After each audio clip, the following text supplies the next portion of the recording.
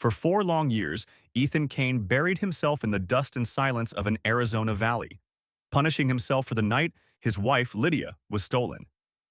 Not just murdered, sold. Sold like cattle by a man who wore a lawman's star and smiled while breaking lives. Ethan's world became a coffin he kept building, nail by nail, in a ranch where nothing new ever grew. Until the day 10 broken women, faces bruised, feet bleeding, eyes burning with the last embers of defiance, collapsed at his gate. They weren't just running from hell. They were carrying its secret, a leather-bound ledger dripping with the names of judges, marshals, and politicians who traded human lives for gold. A book worth killing for, worth dying for.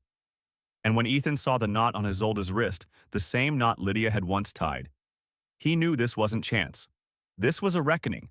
Before we begin, if you believe evil should never sleep easy, drop a 1 in the comments and hit subscribe. Ethan didn't move at first. The rifle in his hands felt welded to his bones, the cold metal pressing into the scars of 4 years of silence. In front of him, the women were not merely survivors. They were living indictments of a world gone rotten. Every bruise on their faces was a signature of Silas Crow's empire. Every torn piece of clothing whispered of nights chained in darkness.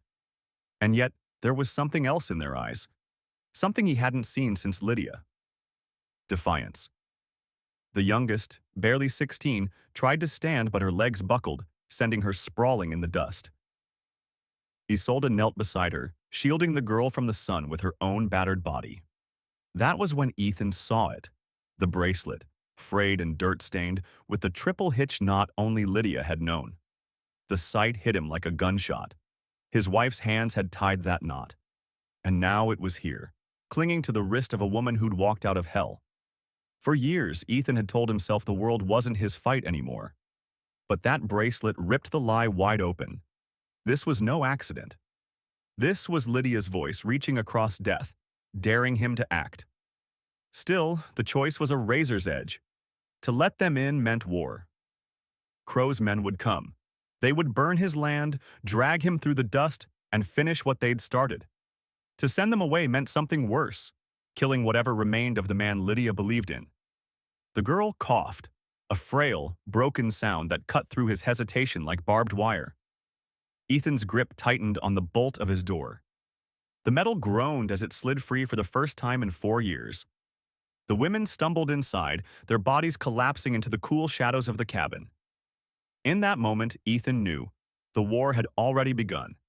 The only question left was how much blood it would take to finish it. Oris. The cabin had not felt the weight of so many footsteps in years. The air, once heavy with dust and the stale scent of solitude, now carried the smell of sweat, blood, and fear. Ethan closed the door behind them, not to shut the world out, but to hold the storm inside. For a long moment, no one spoke. The women moved like shadows, collapsing against the walls, some sliding to the floor as if their bodies had simply given up. Ethan's eyes went to the girl Isolde had shielded outside. She sat propped against the wall, her skin pale beneath the fever's flush. He crouched beside her, feeling the heat radiating from her body. Infection, deep and angry, was spreading from a gash in her leg. The wound was raw, swollen, and already streaked with the red lines of poison working its way toward her heart. Without thinking, Ethan reached for his old medical kit, the same one he hadn't touched since Lydia. He cleaned the wound with whiskey, wrapped it in linen, and pressed the herbs his mother had taught him to use into the dressing. The girl whimpered but didn't pull away. Somewhere in her delirium, she must have understood this was her only chance. When Ethan looked up, Isolde was watching him. Her eyes were unreadable, but there was no mistaking the recognition in them. Recognition of a man who knew how to care for someone, and of someone who had not yet forgotten how to fight. The silence broke with her voice, low and rough. "She made this for me," she said, touching the bracelet again. "The night before they sold me to Crow." Ethan's stomach twisted. He didn't need her to say the name. It was already clawing at the edges of his mind. "Lydia?" Isolde nodded. Her gaze shifted to the other women in the room. "We all knew her. She wasn't just one of us. She was the one." The one who taught us to stop being cargo and start being dangerous. The words landed like a hammer blow. Ethan had spent years picturing Lydia as a victim, imagining her last moments as helpless. Now, the image was burning away, replaced by something fiercer. A leader, a fighter, a woman who had stared into the teeth of hell and dared to bite back. Isolde's voice hardened. She planned our escape. It took a year. Every night, in the dark, she taught us what to do, where to strike, how to turn their tools against them. But someone betrayed us. One of our own traded her life for a scrap of bread. Ethan could see it in her eyes.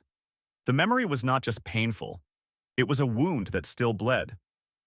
They made us watch, she said, her voice trembling not from fear, but from rage. Crow wanted to break her, to make her beg. She didn't. She stood tall and told him he was wrong, told him her husband would never quit. Ethan's breath caught. He could hear Lydia's voice in those words, could almost see her looking at him across a moonless field. But the realization was not a comfort. It was a knife.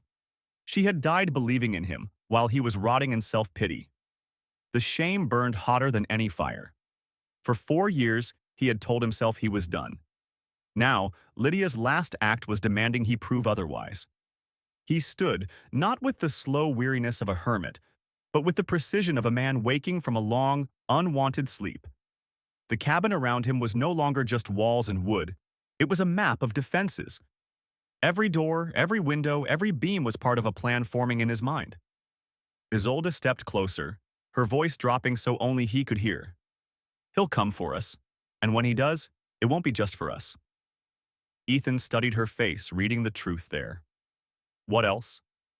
She hesitated, then said it. We have something. Something he needs back. A ledger. The word carried weight. She explained, pages filled with codes, initials, and numbers, recording years of deals, women bought and sold, payments to judges, bribes to marshals, transactions with men whose power reached far beyond Crow's camp. If that book surfaced, it wouldn't just destroy Crow. It would topple the entire network. Ethan understood then. This wasn't only about 10 women. This was about burning down an empire. He walked to the window, scanning the horizon. The light was already thinning into evening. Somewhere out there, Crow's men were closing in. Ethan's hand fell to the revolver he hadn't worn in years. The weight on his hip felt right.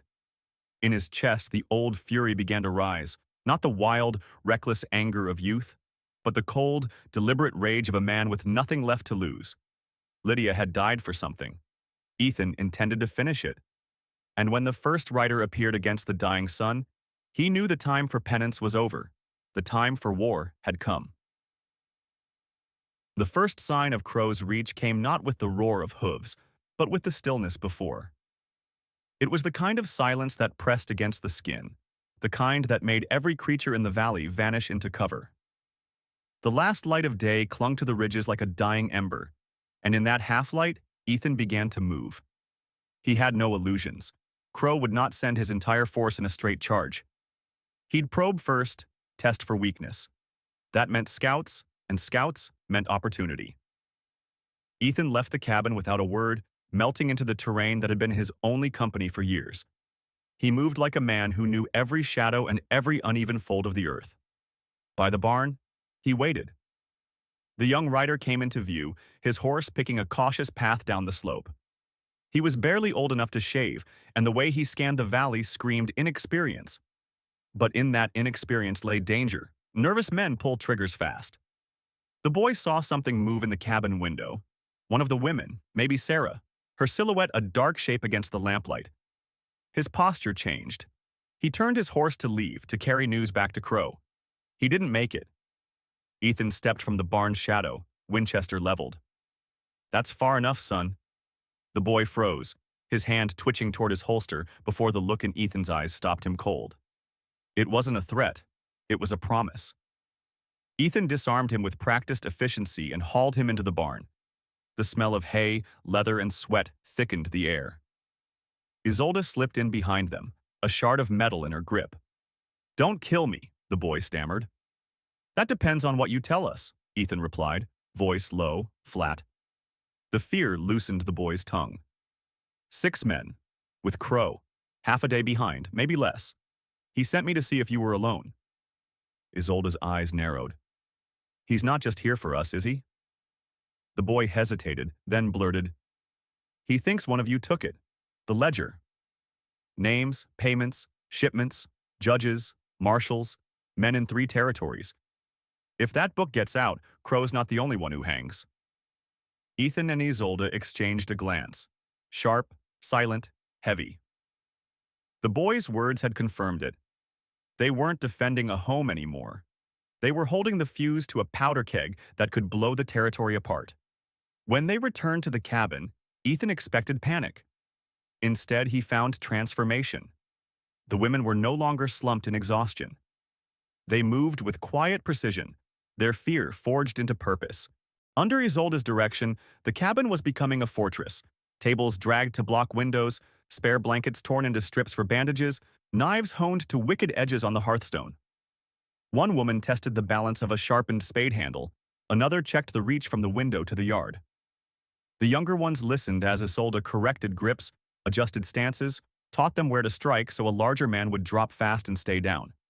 Her voice was calm, almost intimate, but carried the authority of someone who had rehearsed these moves 1,000 times in secret. Ethan moved through them, setting traps in the yard. Barbed wire stretched low between fence posts, a shallow ditch camouflaged with brush, lantern oil pooled in a line near the barn's wall. Each measure was designed not just to stop a charge, but to sow chaos in the first seconds of the fight. As he worked, he realized he no longer thought of these women as refugees. They were fighters, raw, wounded, but ready. Lydia had trained them for this moment, and now they were his regiment. Darkness fell like a curtain, heavy and complete. Somewhere in the blackness, the distant thud of hooves began to echo, slow and deliberate. "They're coming," Isolde said from the window. Ethan's gaze swept the room. "No one fires until I do. Make every shot count." The sound grew, hooves pounding harder, voices carried on the wind. Then they saw him. Silas Crow, sitting high on a black stallion surrounded by 6 riders. He wore his marshal's star like a joke, waving a paper in the air. "Ethan Kane," Crow called out, his voice thick with whiskey and arrogance. "I've got no quarrel with you. Send my property out and we'll be on our way. No need for blood." Inside, the women stayed silent, their weapons ready. Crow's tone shifted, a sneer curling his lips. "Your wife, Lydia. Spirited thing. Shame she died like a dog." The words sliced through Ethan's chest. He raised the Winchester, sighted on the smug twist of Crow's mouth, and fired. The first shot shredded the paper from his hand. The second slammed into his chest, hurling him from the saddle. For a heartbeat, the yard froze. Then chaos erupted. 2 riders charged forward, only to be caught in Ethan's traps, one thrown as his horse hit the wire, another's mount breaking a leg in the hidden ditch. Gunfire erupted from the cabin, sharp and deliberate. Ethan grabbed Isolde's arm. "The chapel, now." They slipped into the night, racing uphill to the skeletal frame that had once been his monument to failure. Tonight, it would be their high ground. From its empty window frames, they saw the fight below. Women swarming a rider who had breached the back door, metal and fury in their hands. A sniper's flash from behind a rock outcrop. The sudden stillness after Isolde dropped him with a borrowed buffalo rifle. When the last gunman turned to flee, an older woman stepped from the barn's shadow and hurled a pitchfork with all the strength of a lifetime's labor. The man fell face first into the dirt. Silence settled over the valley. Not peace, but the breath between battles. Ethan stood in the chapel's frame, the place where grief had lived, now a fortress baptized in gunpowder. He knew this was only the beginning. The gunfire faded into the stillness of the valley, but the silence that followed was not relief. It was heavy, oppressive, the weight of blood cooling in the dust. From the chapel's high ground, Ethan's eyes swept the yard below.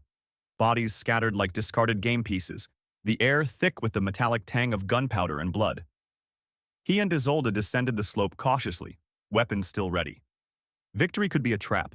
Survivors could be lying low, waiting for a moment of weakness. But as they crossed the open ground, they saw it.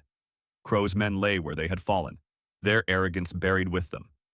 The black stallion, riderless now, pawed the earth and snorted, its breath white in the cold morning air. Ethan's boots crunched over gravel as he approached the first of the dead. No satisfaction came, only the grim acknowledgement that each man here had carried a piece of Crow's poison. Killing them had not cured it. The sickness ran deeper. Then he saw her. Sarah, the youngest of them, lying near the doorway of the cabin, her slight frame twisted, a shard of sharpened metal still clutched in her hand. Her eyes, fixed on the pale morning sky, no longer held the fear that had haunted them since she arrived. She had stood her ground and paid the price. Martha was not far from her, slumped against the wall. A gunshot wound bloomed red against her chest, but at her feet lay the body of a man she'd taken with her, his throat opened by the kitchen knife still in her grasp. She had fought until there was nothing left to give. Isolde's breath caught in a sound that was not quite a sob, not quite a scream. She dropped to her knees beside Sarah, brushing dirt from the girl's cheek, closing her lifeless eyes with hands that had once guided her through drills in the shadows of Crow's camp. Around them, the other women stood silent, their grief as sharp and dangerous as any blade. Ethan understood in that moment. Every victory would demand payment, and the currency would always be the same: blood. But grief, in the hands of people like these, was never still for long. Isolde rose from Sarah's side with a look in her eyes that Ethan recognized. It was the same look Lydia had worn in the only memory of her he allowed himself to keep. The night she told him she would never bow, not to Crow, not to anyone. Without a word, Isolde walked to Crow's body. The man lay face up, the tarnished marshal's star pinned to his chest catching the light. She knelt, not in reverence but in calculation, her hands searching him with quick, practiced movements. When she tore open the lining of his coat, her fingers closed around something solid. She drew it out, a small, leather-bound ledger, its surface worn smooth from years of handling. A simple strap kept it closed, but even before she undid it, Ethan knew. This was no journal. This was the spine of Crow's empire. The pages were filled with cramped, deliberate script, dates, numbers, and codes that spoke of human lives traded like cattle. Alongside them were symbols and initials Ethan recognized. The mark of a judge in Prescott known for his swift hangings, the badge of a sheriff from the neighboring territory, amounts of money so large they could only be bribes. It was more than evidence. It was a map, a blueprint of every rotten beam holding up a network that had thrived in the shadows for years. With it, they could do more than kill men like Crow. They could burn down the system that had made him possible. The women gathered around as Ethan turned the pages. For each of them, there was a moment, a name, a date, that cut deeper than any bullet. This ledger held the architecture of their suffering, and now it lay in their hands. Ethan closed the book and met Isolde's gaze. "If they know we have this, they won't stop." "They won't," she agreed. "And neither will we." The sun was climbing now, painting the yard in gold, but it was a thin light, unable to warm what the night had taken. Smoke still rose from the barn, where one of Ethan's traps had ignited the hay. It coiled into the sky like a signal, proof that something irreversible had happened here. They buried Sarah and Martha at the edge of the property, in a patch of earth where wildflowers would bloom come spring. No prayers were spoken. The silence was their eulogy. Ethan marked the graves with simple wooden crosses, knowing they would never be forgotten. When the work was done, they turned back to the cabin. It was no longer just a refuge, it was a war room. On the table, the ledger sat between them like a loaded weapon. Every name in it was a target, every page another strike they could make against the men who had fed off their pain. The decision was not spoken aloud. It didn't need to be. They would not run. They would not hide. They would take this book and aim it like a rifle at the heart of the territory's corruption. 3 days later, the first move was made. A writer, trusted by Isolde from her days before the camp, took the ledger to a U.S. Marshal whose badge had never been for sale. By the end of the week, word began to spread. Judges vanished from their benches, sheriffs were dragged from their offices, and men in fine coats suddenly found themselves stripped of power and facing charges that could hang them. Crow's death had been the spark. The ledger was the fire. Yet even as justice began to take root, Ethan knew the fight was far from over. The network wouldn't collapse quietly. There would be others who would try to take Crow's place, others who would see the ledger not as justice, but as a threat to be silenced. That night, as the women rested in what peace they could find, Ethan stood outside the cabin, looking toward the unfinished chapel on the hill. Once, it had been a monument to failure. Now it was something else, a reminder that even the most broken structures could be rebuilt into fortresses. The war for the valley was over. The war for the territory had just begun, and this time, Ethan Kane would not fight alone. 3 months later, the valley no longer smelled of smoke and blood, but the echoes of that night were everywhere. The barn was gone, its charred remains cleared away, leaving a patch of blackened earth that even the spring grass avoided. The cabin stood solid again, its walls reinforced, but Ethan had left the bullet holes in the door, silent warnings carved in wood. The ledger had done its work. Men whose names had once been whispered with fear were now spoken in courtrooms, their crimes laid bare for the territory to see. Some were hanged, others rotted in cells. And though the women could have taken their share of the bounty and disappeared into safer lives, none of them left. Instead, they chose a derelict chapel on the edge of a town called New Hope. Its steeple leaned like a weary old man, and the paint had long since peeled to bare gray boards. But to them, it wasn't a ruin. It was a foundation. Together, they worked until their hands blistered, replacing beams, sanding pews, and scrubbing years of dust from the windows. Ethan was there every day, hammer in hand, his silent labor an unspoken vow.